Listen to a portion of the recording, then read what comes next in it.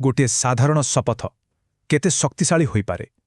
ଆଜି ଆମେ ବୌଦ୍ଧ ଗ୍ରନ୍ଥ ପେତବତ୍ଥୁରୁ ଏକ ଏମିତି କାହାଣୀ ଶୁଣିବା ଯାହା ଆମକୁ ଦେଖାଇବ କେମିତି କିଛି ଶବ୍ଦ ଜୀବନର ସବୁଠୁ ଭୟଙ୍କର ପରିଣାମ ଆଣିପାରେ। କେବେ ଭାବିଛନ୍ତି କି ଗୋଟେ ସାଧାରଣ ମିଛ କିଭଳି କାହାର ଭାଗ୍ୟକୁ ସବୁଦିନ ପାଇଁ ବଦଳେଇ ଦେଇପାରେ? ଆଜିର କାହାଣୀ ଏମିତି ଜଣେ ମହିଳାଙ୍କର, ଯାହାର ଗୋଟିଏ ମିଛ ଶପଥ ତାର ପୂରା ବାସ୍ତବତାକୁ ଗୋଟେ ଭୟଙ୍କର ସ୍ୱପ୍ନରେ ବଦଳେଇ ଦେଲା। ତେବେ ଆସନ୍ତୁ କାହାଣୀ ଭିତରକୁ ଯିବା। କଳ୍ପନା କରନ୍ତୁ କିଛି ଅଭିଜ୍ଞା ବୌଦ୍ଧ ଭିକ୍ଷୁ ଶାନ୍ତିରେ ଶ୍ରାବସ୍ତୀ ସହର ଆଡ଼କୁ ଯାଉଛନ୍ତି। ହଠାତ୍ ସେମାନଙ୍କର ଶାନ୍ତି ଭଙ୍ଗ ହୋଇଗଲା ଯେତେବେଳେ ସେମାନେ ଏକ ଏମିତି ଦୃଶ୍ୟ ଦେଖିଲେ ଯାହା ସେମାନଙ୍କୁ ପୁରା ସ୍ତବ୍ଧ କରିଦେଲା। ଭିକ୍ଷୁମାନଙ୍କ ସାମ୍ନାରେ ଯେଉଁ ସ୍ତ୍ରୀ ଲୋକଟି ଠିଆ ହୋଇଥିଲା ତାର ରୂପ କଳ୍ପନା ବାହାରେ ଥିଲା।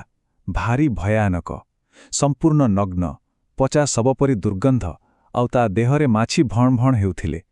କିନ୍ତୁ ଜାଣନ୍ତି, ଏହି ଦୃଶ୍ୟ ଦେଖି ସେମାନେ ଡରି ପଳେଇଲେନି, ବରଂ ସେମାନଙ୍କ ମନରେ କରୁଣା ଆସିଲା। ସେମାନେ ଜାଣିବାକୁ ଚାହିଁଲେ ତାର ଏମିତି ଅବସ୍ଥା କାହିଁକି ହେଲା। ସେ ଥିଲା ଜଣେ ପ୍ରେତୀ ବା ବୌଦ୍ଧ ଧର୍ମରେ ଯାହାକୁ ଭୋକିଲା ଭୂତ ବୋଲି କୁହାଯାଏ। ଏହା ଏକ ଏମିତି ଅବସ୍ଥା ଯୋଉଠି ଆତ୍ମା ନିଜ ପୂର୍ବଜନ୍ମର କର୍ମ ପାଇଁ ଅସୀମିତ ଇଚ୍ଛା ଆଉ କଷ୍ଟ ଭୋଗୁଥାଏ। ମାନେ ତାର ଦୁଃଖ କେବଳ ବାହାରକୁ ନଥିଲା, ଭିତରୁ ବି ଥିଲା। ଆଉ ଆଶ୍ଚର୍ଯ୍ୟର କଥା ହେଉଛି, ସେ କିଛି ବି ଲୁଚେଇବାକୁ ଚେଷ୍ଟା କଲାନି। ସେ ସିଧା ସିଧା ମାନିଗଲା, ମୁଁ ନିଜ କର୍ମ ପାଇଁ ହିଁ ଏହି ଦଶା ଭୋଗୁଛି।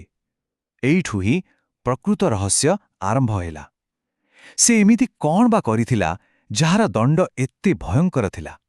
କିନ୍ତୁ ତାର ସେହି ଭୟଙ୍କର ରୂପ ତ କେବଳ ଗୋଟେ ଆରମ୍ଭ ଥିଲା। ପ୍ରକୃତ ଯନ୍ତ୍ରଣା, ପ୍ରକୃତ ନର୍କ ତ ତାର ପ୍ରତିଦିନର ଜୀବନରେ ଥିଲା। ଏକ ଏମିତି ଚକ୍ର ଯାହା ବିଷୟରେ ଭାବିଲେ ବି ଦେହ ଶୀତେଇ ଯିବ। ପ୍ରତିଦିନ ସେ 2 ଥର ସନ୍ତାନ ଜନ୍ମ ଦେଉଥିଲା। ସକାଳେ 7ଟା ଆଉ ସନ୍ଧ୍ୟାରେ 7ଟା, ମାନେ ଦିନକୁ ପୁରା 14ଟା ସନ୍ତାନ। ଭାବି ଦେଖନ୍ତୁ ତ, ଏହା ଏକ ଏମିତି ନର୍କ ଯାହାର କେବେ ଶେଷ ନାହିଁ, ଗୋଟେ ଅନ୍ତହୀନ ଚକ୍ର। ସେ ମା ହେବାର ଆନନ୍ଦ କ'ଣ ଜାଣିବା ଆଗରୁ ହିଁ ନିଜ ସନ୍ତାନମାନଙ୍କୁ ଖାଇବାକୁ ବାଧ୍ୟ। ଆଉ ତାର ଭୋକ, ସେଇଟା ତ କେବେ ମେଣ୍ଟୁ ନଥିଲା। କିନ୍ତୁ ସବୁଠୁ ବଡ଼ ଯନ୍ତ୍ରଣା ଥିଲା ତା ହୃଦୟର ସେହି ଜ୍ୱାଳା।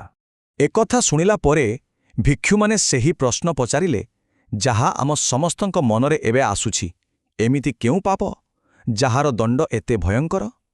ଏହାର ଉତ୍ତର ଜାଣିବାକୁ ହେଲେ ଆମକୁ ତାର ମଣିଷ ଜନ୍ମର କାହାଣୀକୁ ଫେରିବାକୁ ପଡ଼ିବ। ତାର ପତନର କାହାଣୀ କୌଣସି ବଡ଼ ଅପରାଧରୁ ଆରମ୍ଭ ହେଇନଥିଲା। ଏହା ଆରମ୍ଭ ହେଇଥିଲା ଏକ ବହୁତ ସାଧାରଣ ମାନବୀୟ ଦୁର୍ବଳତାରୁ, ଈର୍ଷା। ବିଡ଼ମ୍ବନାର କଥା ହେଉଛି, ତାର ସବୁ ଦୁଃଖର ମୂଳ କାରଣ ଥିଲା ତା ପୁଅମାନଙ୍କ ପ୍ରତି ଥିବା ତାର ଗର୍ବ। ସେ ନିଜର ସୁନ୍ଦର ଆଉ ଶକ୍ତିଶାଳୀ ପୁଅମାନଙ୍କ ପାଇଁ ଏତେ ଅହଙ୍କାରୀ ହୋଇଗଲା ଯେ ସେ ନିଜ ସ୍ୱାମୀଙ୍କୁ ଅସମ୍ମାନ କରିବା ଆରମ୍ଭ କରିଦେଲା। ଆଉ ସେଇଠୁ ହିଁ ଆରମ୍ଭ ହେଲା ତାର ବିନାଶର କାହାଣୀ।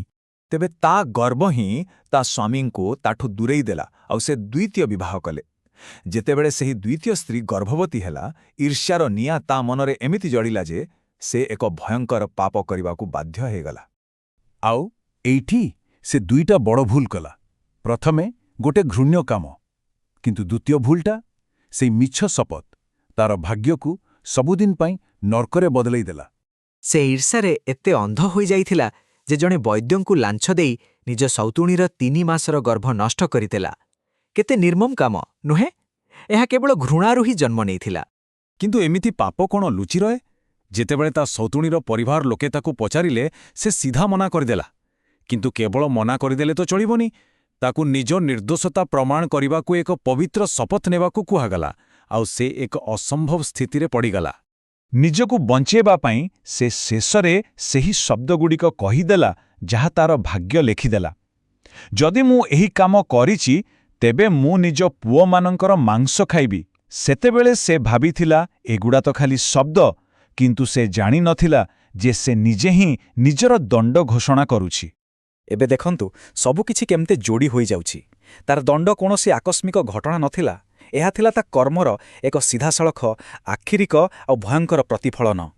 କୁହନ୍ତି ନା, କର୍ମ ଏକ ଆଇନା ପରି, ଯେମିତି କରିବ ସେମିତି ପାଇବ। ସେ ଅନ୍ୟର ସନ୍ତାନକୁ ନଷ୍ଟ କରିଥିଲା, ତେଣୁ ଏବେ ତାକୁ ନିଜ ସନ୍ତାନମାନଙ୍କୁ ନଷ୍ଟ କରିବାକୁ ପଡ଼ୁଛି। ଯେଉଁ ଶପଥ ସେ ଖାଇଥିଲା, ସେଇଟା ହିଁ ତାର ବାସ୍ତବତା ପାଲଟିଗଲା। ତେଣୁ ତାର ଏହି ଭୟଙ୍କର ଦଣ୍ଡ ପଛରେ 2ଟା କାରଣ ଥିଲା। ପ୍ରଥମ, ତାର ସେହି ଘୃଣ୍ୟ କାମ, କିନ୍ତୁ ଦ୍ୱିତୀୟ ଏବଂ ସବୁଠୁ ଗୁରୁତ୍ୱପୂର୍ଣ୍ଣ, ତାର ସେହି ମିଛ ଶପଥ। ତାର କହିଥିବା ଶବ୍ଦଗୁଡ଼ିକ ହିଁ ତାର କର୍ମକୁ ଏକ ଅନ୍ତହୀନ ନରକରେ ପରିଣତ କରିଦେଲା। ଏହି କାହାଣୀ ଆମକୁ ବହୁତ ବଡ଼ କଥା ଶିଖାଉଛି। ନ୍ୟାୟ କୌଣସି ବାହାର ଶକ୍ତି ନୁହେଁ, ଏହା ଆମ ଭିତରେ ହିଁ ଅଛି। ଆମେ ନିଜେ ହିଁ ନିଜ କର୍ମ ଦ୍ୱାରା ନିଜର ସ୍ୱର୍ଗ ବା ନର୍କ ତିଆରି କରୁ।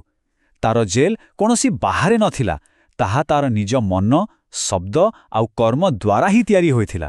ତେବେ ଏହି ପ୍ରାଚୀନ କାହାଣୀ ଆମ ସମସ୍ତଙ୍କ ପାଇଁ ଗୋଟେ ବହୁତ ଶକ୍ତିଶାଳୀ ପ୍ରଶ୍ନ ଛାଡ଼ିଯାଉଛି। ଆମେ ପ୍ରତିଦିନ ଯେଉଁ ଶବ୍ଦ ବ୍ୟବହାର କରୁଛୁ, ସେଗୁଡ଼ିକ ଦ୍ୱାରା ଆମେ ନିଜ ପାଇଁ କିଭଳି ଭବିଷ୍ୟତ ତିଆରି କରୁଛୁ? ଆମର ପ୍ରତିଶ୍ରୁତି, ଆମର କଥାବାର୍ତ୍ତା, ଏପରିକି ଥଟ୍ଟା ମଜାରେ କହିଦେଉଥିବା କଥା ବି ଆମ ବାସ୍ତବତାକୁ ଗଢ଼ୁଛି। ତେବେ ଭାବିବା ଦରକାର, ଆମେ କେଉଁଭଳି ବାସ୍ତବତା ସୃଷ୍ଟି କରୁଛେ।